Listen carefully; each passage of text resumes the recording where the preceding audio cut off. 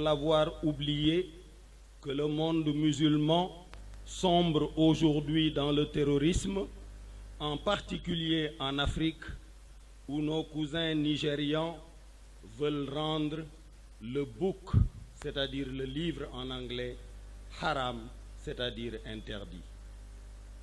Boko Haram a pour origine book, qui signifie livre en anglais, et haram, qui signifie interdit, blâmé. Pour signifier simplement, selon eux, que l'enseignement occidental était impur et était un péché. Grave erreur, car c'est par l'islam que le monde occidental a redécouvert la pensée grecque qui est un de service à l'humanité. Ibn Rushd, selon mon brillantissime ami Jacques Attali, économiste français, écrivain de réputation mondiale, c'est par une phrase simple et décisive qu'Ibn Rushd, Averroès, réconcilie foi et science, et notre siècle en a besoin. Ibn Rushd dit ceci: osez la science, car Dieu n'a rien à en craindre. La vérité ne saurait contredire la vérité. Elle s'accorde avec elle et témoigne en sa faveur. Autrement dit, n'ayez pas peur de chercher la vérité par la science, car par ce canal aussi, on peut accéder à la source divine du savoir.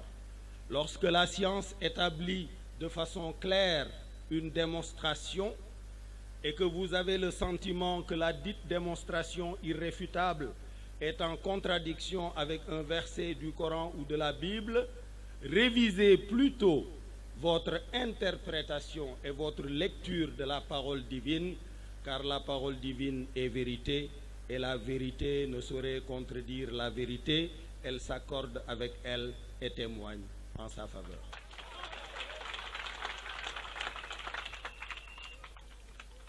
C'est la vision étriquée de l'Occident qui refuse d'accepter comme scientifique une intuition sans preuve expérimentale qui nous prive de cette sagesse. L'Occident doit se rappeler que Démocrite n'a pas eu besoin de Descartes pour avoir l'intuition que la matière était faite d'atomes.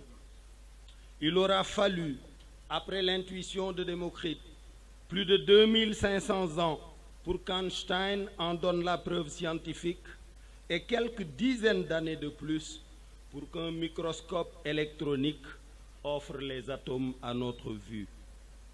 Sachez, surtout vous, jeunes brillants esprits, que prophète, savant ou artiste, le signe d'universalité et donc de vérité d'un message est qu'il résonne dans le cœur de milliards d'êtres humains.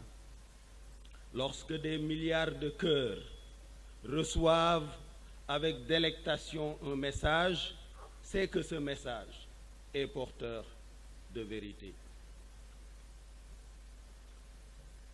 La science m'amène à considérer l'éducation comme le secteur prioritaire de notre programme.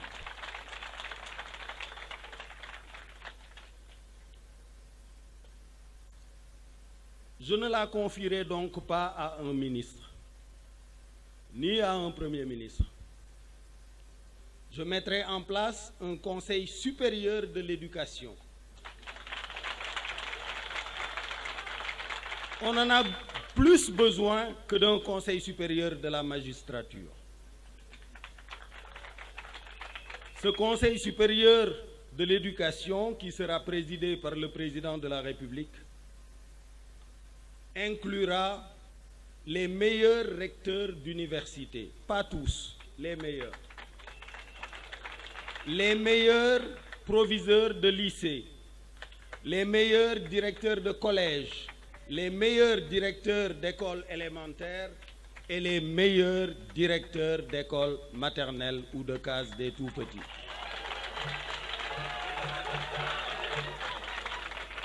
Et le mot meilleur a un contenu concret.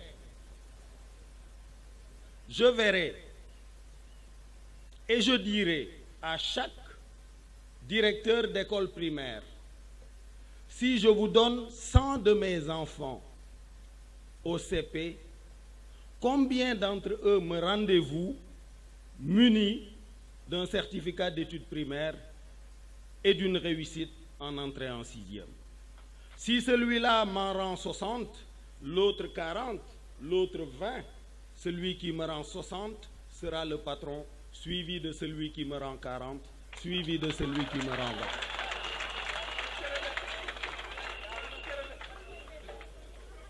À l'école maternelle, ce sera pareil. Si je vous donne 100 enfants, 100 de mes enfants, que j'aime comme j'aime mes propres enfants, si je vous les confie, combien d'entre eux me rendez-vous à la fin de la grande section? Avec quel bagage de vocabulaire? Je discute avec de très grands neuroscientifiques de l'université de Princeton, de Harvard et d'ailleurs. Et ils me disent, au fond, vous savez que c'est à cet âge-là que les choses se règlent presque définitivement. Et Jacques Attali me le confirmait en me disant que si 2 enfants sortent de la grande section de l'école maternelle, l'un avec 1500 mots de vocabulaire, l'autre avec 250, l'écart est définitivement établi. L'un sera peut-être polytechnicien ou sorti de la rue d'Ulm, l'autre ne le rattrapera jamais. Donc, je veillerai à ce que les différents directeurs me rendent de bons produits. Et ils seront naturellement récompensés en conséquence. Car il est inadmissible, il est totalement inadmissible que qui que ce soit mieux payé qu'un enseignant.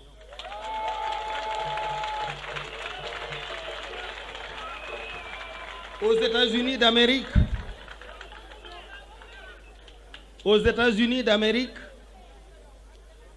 les plus grands consultants sont les enseignants, les professeurs d'université.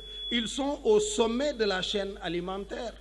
C'est eux qui conçoivent les algorithmes mathématiques dont les compagnies d'assurance se servent, dont les compagnies informatiques se servent. Ils sont régulièrement consultés par les gouvernements. Il n'est pas acceptable qu'au Sénégal et en Afrique, on néglige les enseignants et les chercheurs.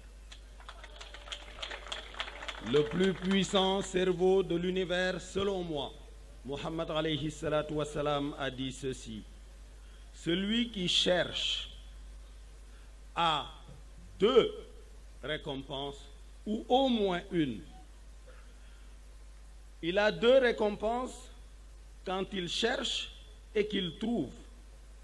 Il a une récompense quand il cherche et ne trouve pas, parce que Allah récompense l'effort de chercher. Donc, je voudrais à présent inviter sur scène, si vous l'autorisez, 2 jeunes. L'un que je viens de nommer secrétaire national à la jeunesse de Réumi, un brillant ingénieur en génie civil, et l'autre, Penda, qui est une jeune fille brillante tout autant, que je viens de nommer secrétaire national chargé de la jeunesse féminine de Réumi.